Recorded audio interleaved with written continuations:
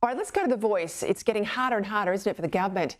As Australians rightly ask questions the government doesn't want to answer. To discuss this and more, I'm joined now by the Institute of Public Affairs Executive Director Scott Hargreaves and senior writer and columnist at the Herald Sun, Patrick Carlyon. Gentlemen, welcome to the program. I just played that grab at the top of my show in the editorial. The Prime Minister caught out last night on the project. It's a usual happy hunting ground for the left, Scott, but not so last night. The PM failing to answer even basic questions. We saw that earlier in the year on radio, but now it's there last night on television. And I think it's this lack of information, the PM even now looking shifty, that's really hurting his Yes campaign, isn't it?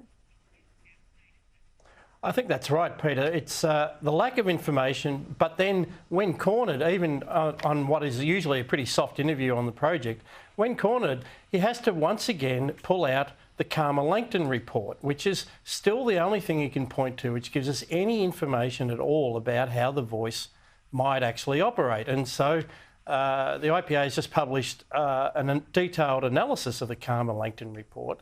And when that information does come out, people don't like what they see. So they don't get the information, but when it's finally forced out, they don't like what they see. They see something that might produce up to 850 new politicians through an unrepresentative body, as you pointed out, Peter, not elected.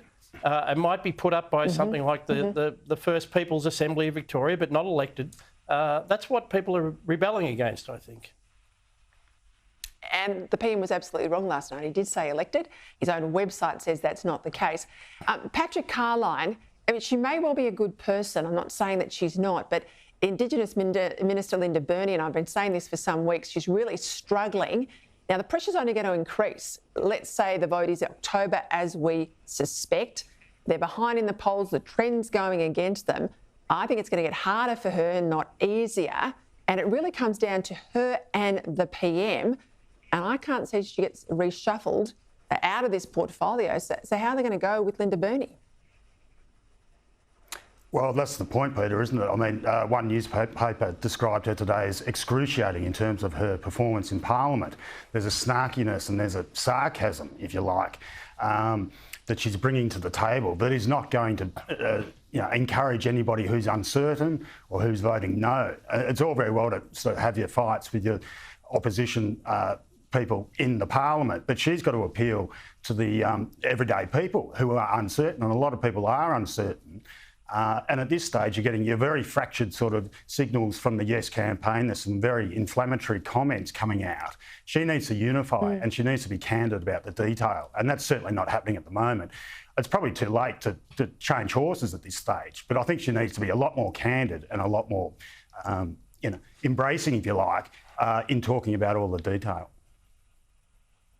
And I think there was a tone today in question time that when she was pushed on the detail and her colleagues behind her, government frontbenchers, sort of rally behind her as if it's impertinent or somehow cruel or racist to be putting her under some pressure. Well, every minister's got to face this sort of pressure in their portfolio. This is a really important issue, changing the Constitution. And I think this is where she's really struggling, and no amount of cover-up's going to get her through this.